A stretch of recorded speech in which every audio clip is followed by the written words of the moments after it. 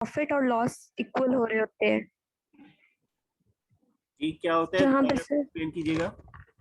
जहाँ पे profit and loss equal हो रहे होते हैं, आकर एक जगह पे मिल रहे होते हैं।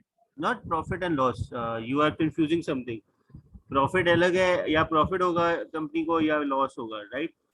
तो दोनों जी चीजें इक्विवेलेंट है का क्या मतलब हुआ?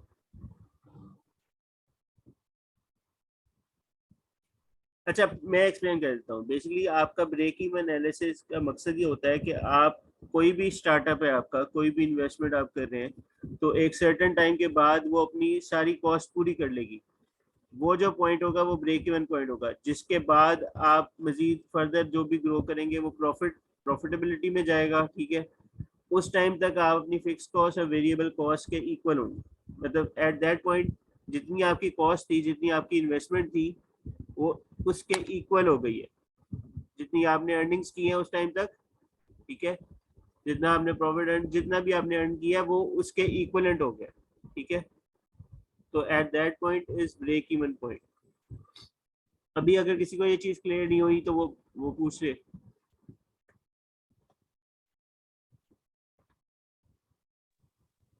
क्लियर है सबको? Yes sir. अब इसमें कुछ टर्म्स हैं जो आपको पता होनी चाहिए। एक तो है ब्रेक इवन। क्या होता है break even? Is a point at which the total revenue equals the total cost. Break even analysis जो कंपनीज करती हैं, उनका उसका डिसीजन उनको उस डिसीजन को, कौन से डिसीजन बेसिकली बेस करती हैं इसके ऊपर कि वो अपनी प्राइसिंग क्या रखें, अपनी कॉस्ट क्या रखें, और उनका लेवल ऑफ सेल्स कितना होना चाहिए। सबको समझ में आ रहा है यहाँ तक?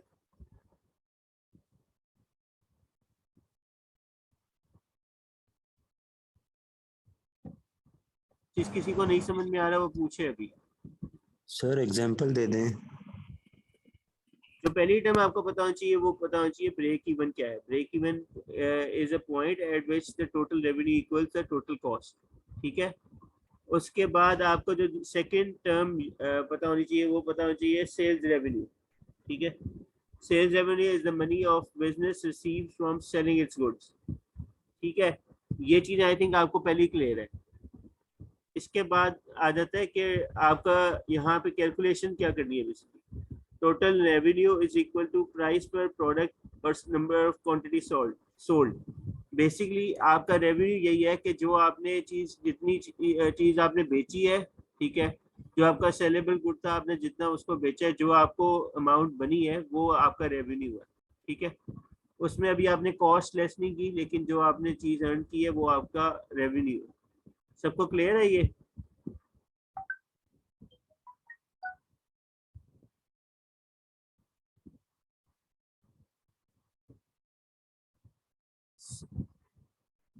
सब पार्टिसिपेट किया करें। इस तरह नहीं होता। ऑनलाइन सेशन जो है मैं कंडक्ट कर रहा हूँ, उसका मकसद ये है कि आप लोग सब बोले प्लीज। किसी को नहीं यहाँ पे क्लियर हो रहा, कोई पॉइंट उसके जिन में आ रहा है, वो पॉइंट कोई ऐड करना चाहता है, तो या you should be able to मतलब से योर थिंग्स। और ये प्लेटफॉर्म ऐसा है कि इसमें किसी को कोई देख नहीं रहा, तो यू शुड, मतलब अगर यहाँ भी नहीं कह सकते तो फिर कहाँ कहना है आपने? Okay sir. So try to involve in the class. और break even analysis is not something new for you. अगर आप लोगों ने फाइनेंस पढ़ा है, अगर आपने इकोनॉमिक्स पढ़ी है, प्रीवियस सेमेस्टर्स में आपने सब कुछ पढ़ा होगा यकीनन। इकोनॉमिक्स आई बिलीव के सबने पढ़ी होगी, तो उसके अंदर भी ये बात होती है purchase sale purchase is not new for you, ठीक है? तो अपना एडिशन इसमें दिया करें। फॉर एग्जांपल कोई करके बाद मुझे समझाना चाहे कि सर ब्रेक इवन एनालिसिस मुझे समझ में आ गया, और वो मुझे एक एग्जांपल दे सके। आप में से कोई है जो मुझे एक एग्जांपल दे देगा कि जी ब्रेक इवन एनालिसिस सर ये होता है?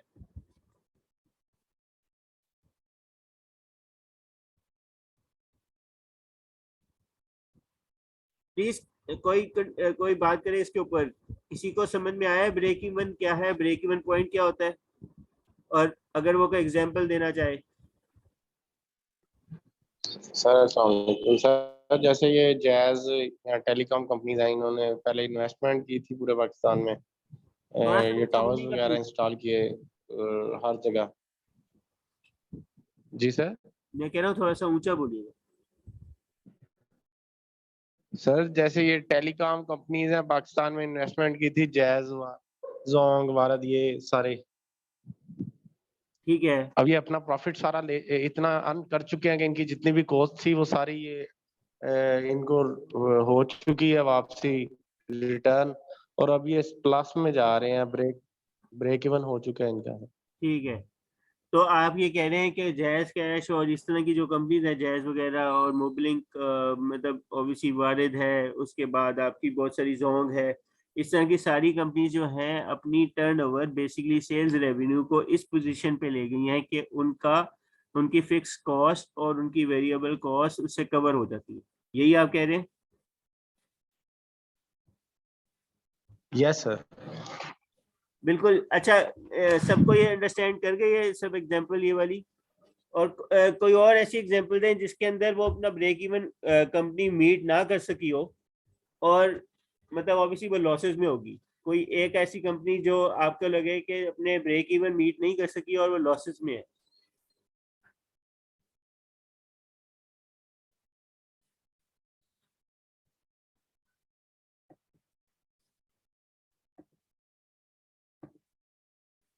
अच्छा, मैं आपको एग्जांपल देता हूँ। चलिए इसको इस तरह से समझें कि जैसे एक कंपनी, एक स्टार्टअप है, ठीक है, किसी ने भी अभी एक स्टार्टअप किया है, अभी वो उनका रेवेन्यू बनना शुरू हुआ है, ठीक है, अभी उन्होंने फिक्स एसेट्स लगाए हैं, उनके अभी अभी बिल्कुल फर्स्ट ईयर है, जैसे फर्स्ट ईयर में उनका ब्रेक इवन नहीं हुआ, ठीक है, और उनमें से उनकी कंपनी में मतलब ऑब्वियसली फर्स्ट ईयर में वो लॉसेज इसलिए कंसिडर कर रहे हैं कि वो उतनी अर्निंग्स नहीं कर सके जितनी अर्निंग्स करके उनको ब्रेक इवन मीट करते हैं वो अपना, ठीक ठीक है।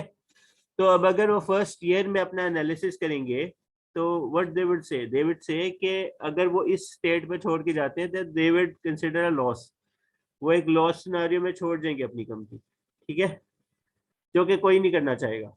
लेकिन आपको समझाने का मकसद ये है कि दोनों पॉइंट्स आपके ज़हन में क्लियर हो। एक ये होगा कि अगर ब्रेक इवन पॉइंट मीट नहीं करते तो लॉस है, ब्रेक इवन पॉइंट मीट करते हैं तो नो प्रॉफिट नो लॉस, अगर ब्रेक इवन पॉइंट से बियॉन्ड जाते हैं तो प्रॉफिट, ठीक है। फिक्स्ड कॉस्ट कौन समझा सकता है आप में से? फिक्स्ड कॉस्ट क्या होती है?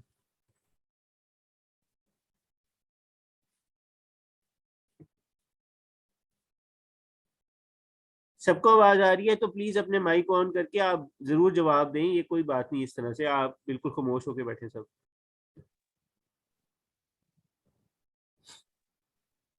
सर जो फिक्स कॉस्ट वो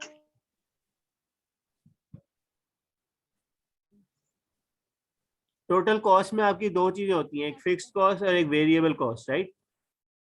फिक्स कॉस्ट ये होती है कि जिसके अंदर जो आपके नंबर ऑफ प्रोडक्शन यूनिट से चेंज ना होती हो, मतलब लेट्स अज्यूम कि हम एक कोका कोला की कंपनी है, ठीक है, कोका कोला दिन में जितनी बॉटल्स बनाती है उसकी एक वेरिएबल कॉस्ट है। वेरिएबल कॉस्ट क्या है कि उसकी बॉटलिंग वगैरह जो उसको लेनी पड़ेगी, मतलब कंटेनर्स वगैरह जिसमें वो बॉटल डालती है, तो उसकी वो बॉटलिंग, उसकी वो सारी चीजें ये डिपेंडेबल है किस चीज पे कि उसने कितनी प्रोडक्शन करनी है, राइट।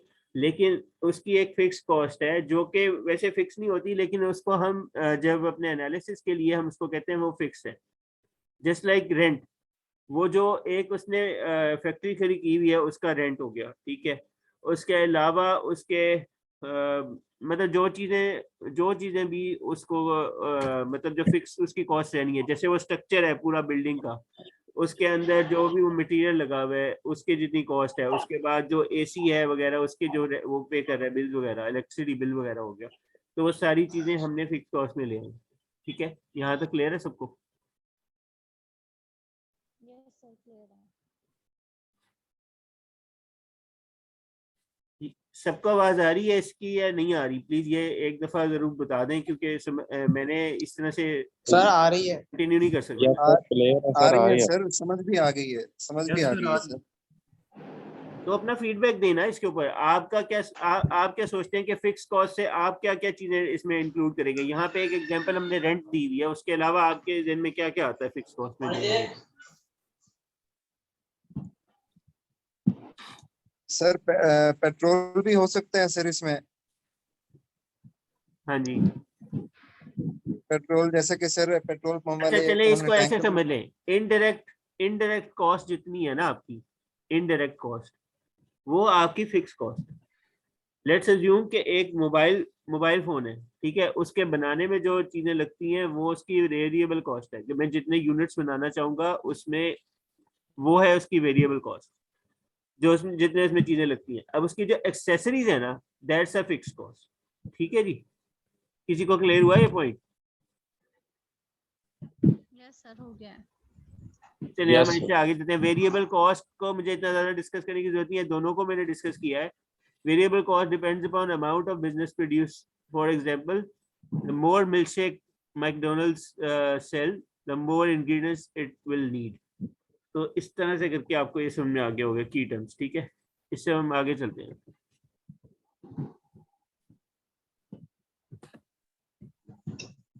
उसके बाद आता है कंट्रीब्यूशन पर यूनिट।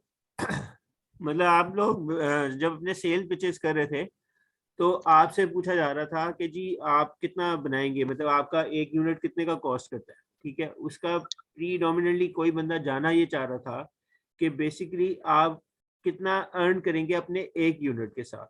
ठीक है, लेट्स अज्यूम हमारा एक यूनिट था, जो हमने चीज बेचनी है उसकी हमने प्राइस सेट की है $10। ठीक है जी, और जो हमारी वेरिएबल कॉस्ट आ रही है उस यूनिट की वो आ रही है $4। सो अगर हम कंट्रीब्यूशन पर यूनिट अपना निकालेंगे तो it would be 10 - 4 which is 6। तो हमारा कंट्रीब्यूशन पर यूनिट आएगा $6 पर यूनिट, विच मीन्स कि अगर हम एक यूनिट सेल करेंगे तो हम $6 कमाएंगे। ठीक है, यहाँ तक क्लियर है सबको?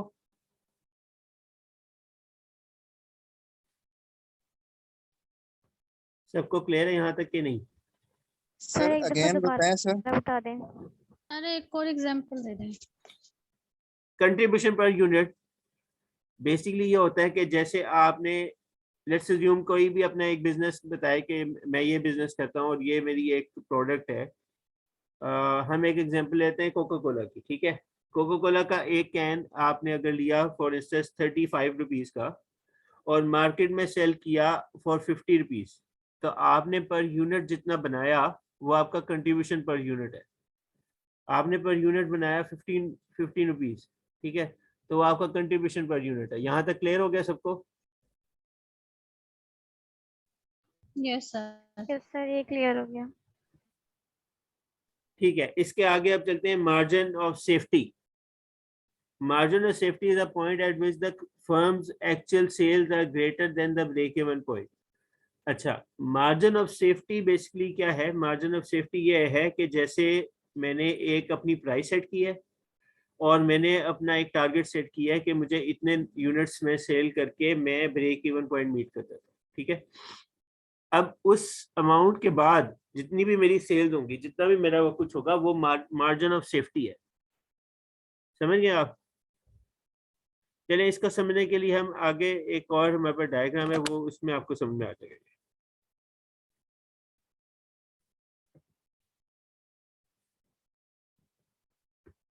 एक सेकेंड।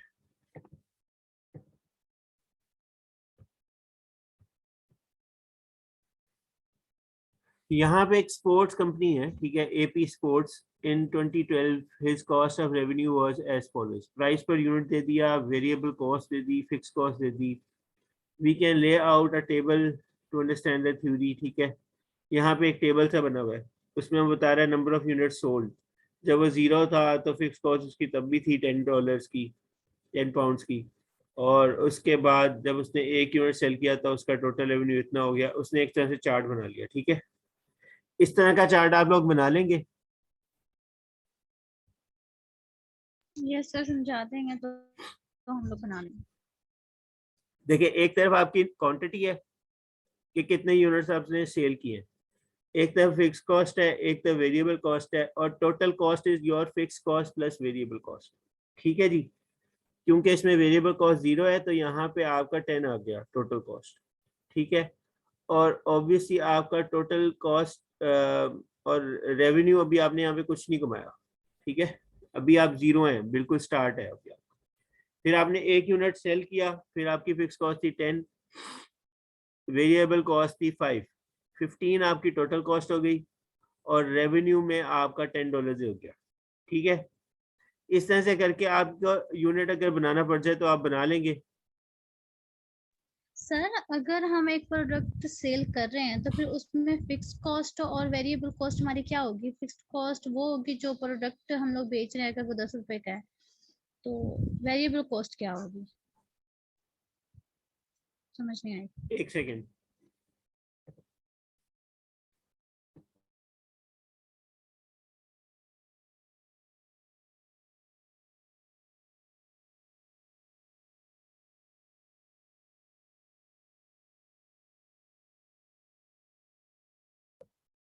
प्लीज अपना क्वेश्चन दोबारा रिपीट करें, आप क्या कह रही हैं? सर मैं ये पूछ रही थी कि पिछली वाली स्लाइड कर सकते हैं आप, जो पहले स्लाइड थी? हाँ जी, हाँ जी, पूछिए। सर मैं ये पूछ रही थी कि ये जो नंबर सोल्ड है ना, ये हमारे प्रोडक्ट है ना, कि हम लोगों ने एक प्रोडक्ट बेचा, 2 प्रोडक्ट बेचे, हम्म, ठीक है? आप इसके आप अंदर जो फिक्स्ड आप कॉस्ट यहाँ है देखें, वो। अब आप यहाँ देखिएगा, प्राइस पर यूनिट जो वो चार्ज कर रहा है वो $10 है, राइट? ठीक है। Yes sir. अच्छा, अब हम अगली स्लाइड पे आते हैं। प्राइस पर यूनिट जो है वो $10 है, ठीक है। उसकी जो वेरिएबल यस कॉस्ट सर। है और जो फिक्स कॉस्ट है ये $15 बन जाती है। हम्म। टोटल रेवेन्यू हम अभी कॉस्ट में से कुछ भी माइनस नहीं कर रहे, तो उसका 10 है। एक यूनिट बेचा है ना उसने, ये यस देखिए, सर। 1 यूनिट बेचा है और उसका रेवेन्यू 10 है। 2 यूनिट्स बेचे हैं, उसका रेवेन्यू 20 है। अभी इन कॉस्ट के साथ कुछ लिंकअप नहीं कर रहे हैं यहाँ पे, सिर्फ ये लिखी है। ठीक। वेरिएबल कॉस्ट ये है कि जो उसके यूनिट के हिसाब से चेंज होती जा रही है। वेरिएबल कॉस्ट अगर 1 यूनिट बनाता है तो 5 है, 2 यूनिट बनाता है तो 10 है, 3 यूनिट बनाता है तो 15 है, 4 यूनिट बनाता है तो 20 है। ठीक है, अब ये कुछ भी हो सकती है उसके, अगर बॉटलिंग है या उसका जो भी क्वांटिटी है, क्वांटिटी की जो आपको कीमत पड़ती है इंग्रेडिएंट्स की, ये हो सकती है सारा कुछ। ठीक है, ठीक है सर। अब आपने जो पूछा था मुझसे वो दोबारा से पूछे, ताकि अब मैं समझूंगा आप क्या कहना चाह रही हैं। ठीक है सर, मुझे समझ में आ गया। मैं ये पूछ रही थी कि अगर नंबर सोल्ड में हम लोगों ने एक प्रोडक्ट जो है वो सेल किया है, तो उसकी फिक्स्ड कॉस्ट क्या होगी, वेरिएबल कॉस्ट क्या होगी? समझ में आ गई है। देखिए, फिक्स कॉस्ट डिपेंड नहीं करती कि कितने नंबर ऑफ यूनिट्स है, वेरिएबल कॉस्ट डिपेंड करती है। सर वो प्रोडक्ट की प्राइस है। नहीं, ये देखिए, आपको एक चीज समझाता हूँ। एक प्रोडक्ट ले लेते हैं, हम्म। कोई भी एग्जांपल के तौर पे आप बताएं कि कौन सा प्रोडक्ट लें जिसमें आपको समझ में आ जाए। कोई भी प्रोडक्ट बता दें। सर मार्कर ठीक है, एक मार्कर, मार्कर, ठीक है। व्हाइट एक डॉट मार्कर। मार्कर की कीमत अगर है 10 रुपीज, ठीक है, तो ये उसकी हो गई प्राइस पर यूनिट 10 रुपीज। ठीक है जी। उसके बाद ये वाली चीज उसकी प्राइस हो गई। उसके बाद वेरिएबल कॉस्ट क्या है, अगर मार्कर को बनाने में लेट्स अज्यूम के 5 रुपए का प्लास्टिक लगता है या 5 रुपए की इंक लगती है, ठीक है, तो ये उसकी वेरिएबल कॉस्ट है। जितने मार्कर्स बनेंगे उसके अंदर ये वेरिएबल कॉस्ट पर यूनिट के हिसाब से ऐड होती जाएगी। सही है।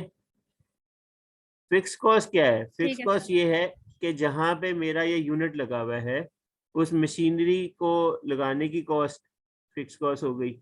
उसको, उसके बाद उसके मेंटेनेंस की, जो मेंटेनेंस मुझे करनी पड़ेगी, वो उसके चार्जेस, तो वो मिलाकर 10 रुपीज उसके हो गए। ठीक है। ये जो मेरी ठीक है फिक्स सर, कॉस्ट समझ है में ये आ गया। डिपेंड नहीं करती मैं कितने यूनिट्स बनाता हूँ और कितने यूनिट सेल करता हूँ उस पर, लेकिन ये वेरिएबल कॉस्ट डिपेंड करती है। ठीक है, सही है, क्लियर हो गया? Okay sir. ठीक है, क्लियर हो गया। चलिए अब हम अगले पॉइंट पर।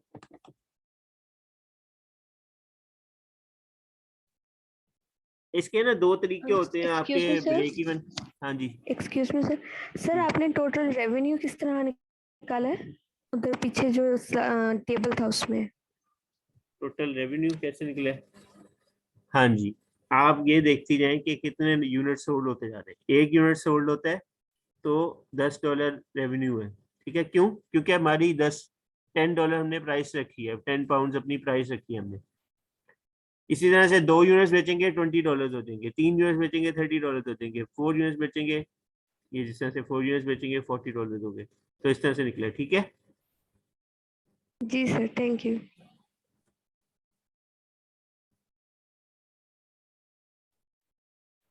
When यहाँ पे आप ये पढ़ें इसका, the fixed cost remains constant at $10.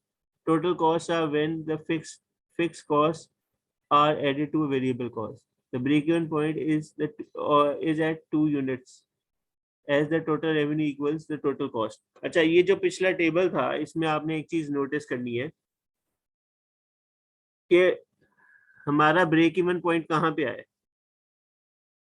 ठीक है, इस सारे टेबल को बनाने का मकसद था कि हमारा ब्रेक इवन पॉइंट कहाँ पे आया है। तो हमारा ब्रेक इवन पॉइंट आया है 2 पर।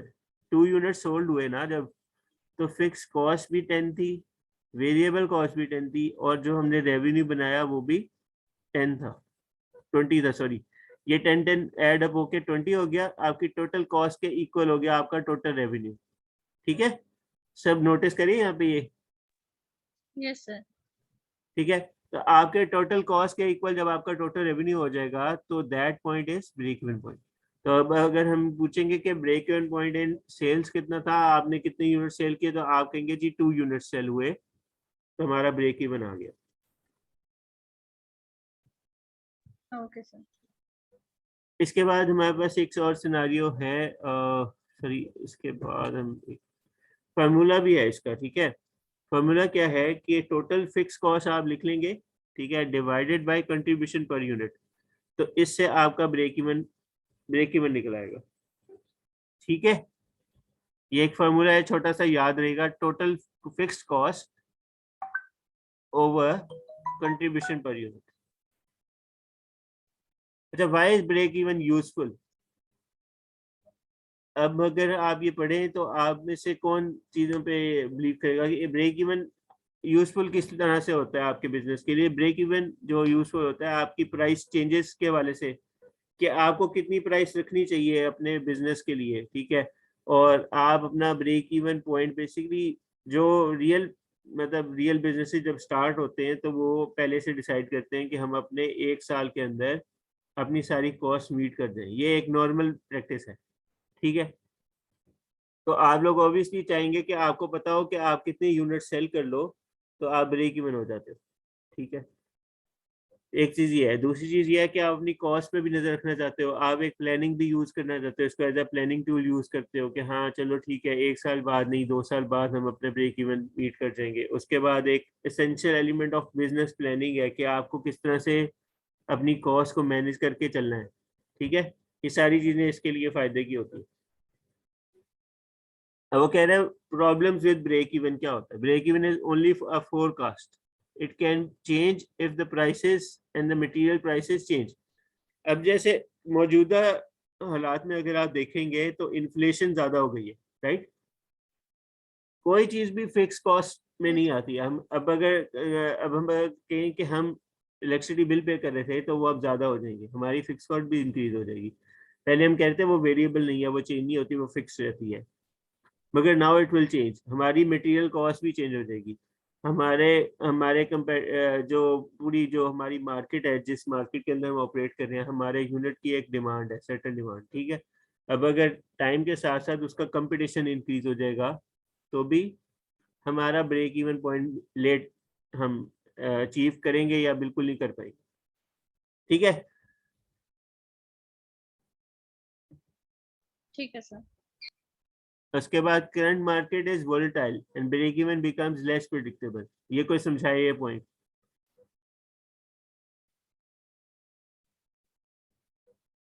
वोलेटाइल मार्केट से क्या मतलब है? हमारे पास लास्ट 10 मिनट्स हैं प्लीज। सर नहीं पता। वोलेटाइल मार्केट से मतलब है जो तेजी से चेंज होने वाली मार्केट हो। फॉर एग्जांपल इसका उलट होता है स्टैग्नेंट मार्केट, जिसमें बिल्कुल कुछ चेंज नहीं हो रहा। मार्केट कंडीशन से हम मतलब ले रहे हैं कि जिस मार्केट में हम ऑपरेट कर रहे हैं, बिजनेस चला रहे हैं, तो अगर अभी हम पाकिस्तान में बिजनेस चला रहे हैं तो हमें पता लगेगा टैक्सेस आए दिन इंक्रीज की जा रही है गवर्नमेंट, इंपोर्ट ड्यूटीज बढ़ती जा रही हैं, आपके जो फूड इन्फ्लेशन है वो ज़्यादा हो गई है, पेट्रोलियम की प्राइसेस ज़्यादा हो गई। तो ये बहुत ज़्यादा चेंजेस हैं आपकी मार्केट में, बहुत करंट सिनेरियो में आपकी मार्केट में बहुत सारी चेंजेस है। तो हम कहेंगे वोलेटाइल मार्केट है, इसमें break even becomes unpredictable, less predictable, आप प्रिडिक्ट नहीं कर सकेंगे। ठीक है, इससे आगे चलते हैं। ठीक है। उसके बाद अब आपके पास अगर फिक्स कॉस्ट दी हुई है, ठीक है, वेरिएबल कॉस्ट दी हुई है, प्राइस पर यूनिट दिया हुआ है, तो आप लोग ब्रेक इवन सब पॉइंट निकाल के मुझे बताएं क्या बनेगा। और हमारे पास हार्डली आई थिंक 8 मिनट बचे हैं। 8 मिनट में आप मुझे कैलकुलेट करके दें।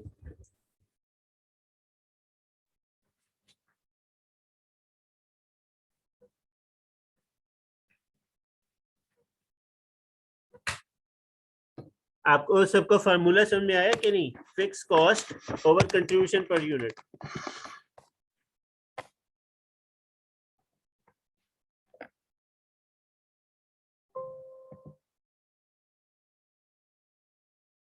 Sir 20 rupees.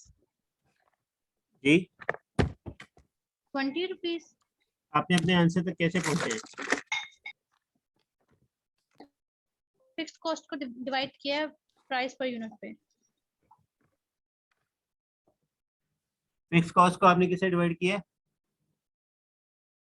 Sir price per unit. नहीं, गलत कर दिया। सर फिर 0.05। आपको फार्मूला अगर नहीं आता, आप यहाँ से पहले फार्मूला देखो, ये वाला, ठीक है। अब मुझसे पूछेगा कोई कि सर मैंने ऐसे किया है। कंट्रीब्यूशन पर यूनिट कैसे निकाला आपने? सर ये जो फिक्स्ड कॉस्ट है इसको मैंने डिवाइड किया पर यूनिट कॉस्ट पे। नहीं, गलत किया ना, आपने वेरिएबल कॉस्ट पर यूनिट कह रही है। सर फिक्स सर कॉस्ट मैं को फिक्स्ड वेरिएबल कॉस्ट कॉस्ट कह पे रही हूँ। डिवाइड करेंगे गलत निकाला, तो सर गलत सर निकाला। सर 40 आंसर है। सर 40 आंसर है। नहीं, आंसर मैं बाद में बताऊंगा। आप लोग पहले मुझे प्रोसेस बताएं कि आप क्या कर रहे हैं।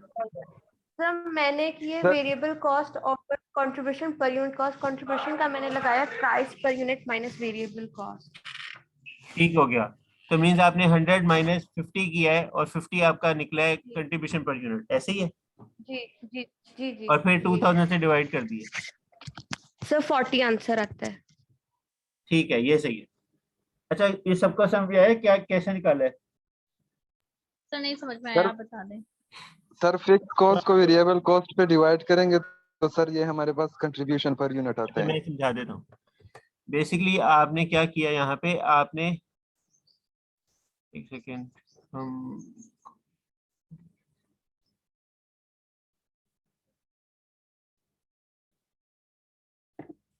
अच्छा आपने यहाँ पे ये किया है कि आपने एक तो कंट्रीब्यूशन पर यूनिट निकाला है, ठीक है।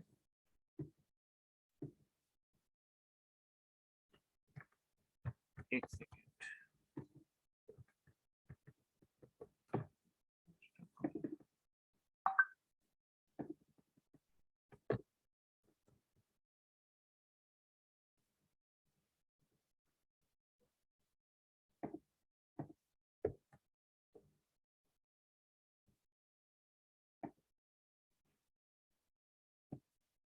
आपने कंट्रीब्यूशन पर यूनिट निकालना है, ठीक है। वो कैसे आएगा? आपका आपकी प्राइस, ठीक है, माइनस वेरिएबल कॉस्ट, ये आपका कंट्रीब्यूशन पर यूनिट आएगा। फिर आप क्या करेंगे फिक्स कॉस्ट के साथ डिवाइड कर देंगे, फिक्स कॉस्ट के साथ डिवाइड कर देंगे कंट्रीब्यूशन पर यूनिट, ठीक है। सही है? हेलो? जी सर ठीक जी है। सर। ठीक है, ये आप निकाल लेंगे इस तरह से ब्रेक इवन पॉइंट। अच्छा, अब अगर ये 40 निकला है तो 40 क्या है? 40 पाउंड्स है, क्या है ये जो चीज निकली है?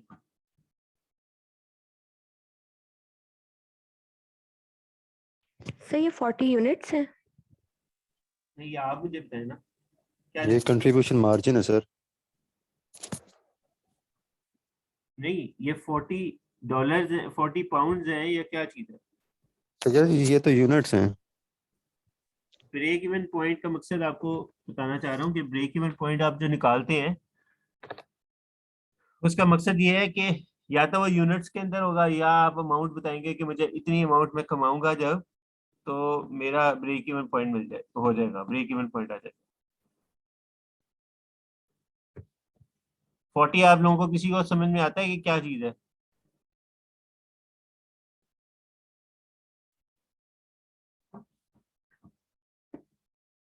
सर यूनिट्स लग रहे हैं।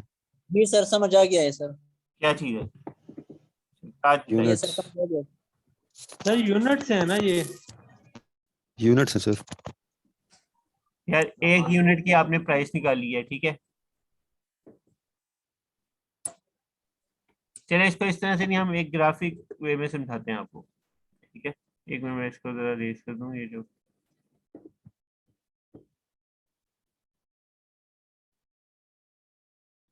अच्छा, ये सबको विजिबल है ये जो शो हो रहा है यहाँ पे?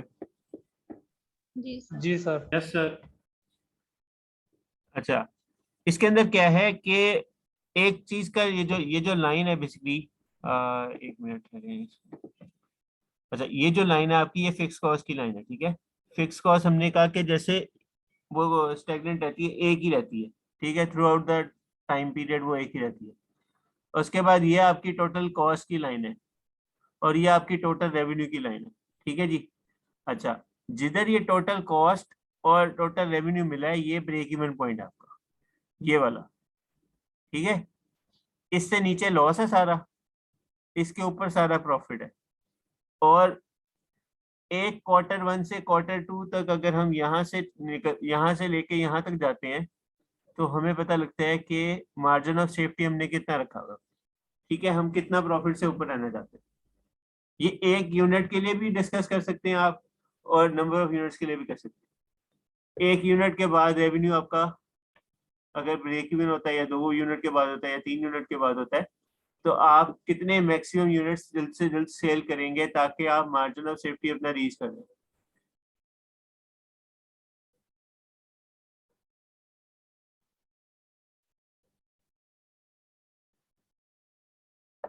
सबको शो हो रहा है कि नहीं? सर नहीं हो रहा शो। अच्छा, अब देखें, हमारे पास लास्ट 1 मिनट रह गया है, तो इसको जरा इस पर कंसंट्रेट कर लें। ये जो एरिया आपका सारा ये प्रॉफिट है, ब्रेक इवन पॉइंट ये है, ठीक है। ब्रेक इवन पॉइंट रेवेन्यू में भी होता है, देखें रेवेन्यू में भी है और यूनिट्स में भी होता है,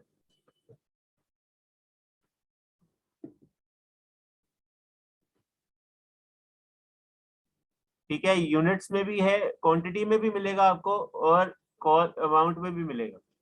तो अब आपने जो कैलकुलेट किया है वो यूनिट में काउंट करके दिया है मुझे या अमाउंट में काउंट करके? अब बताएं।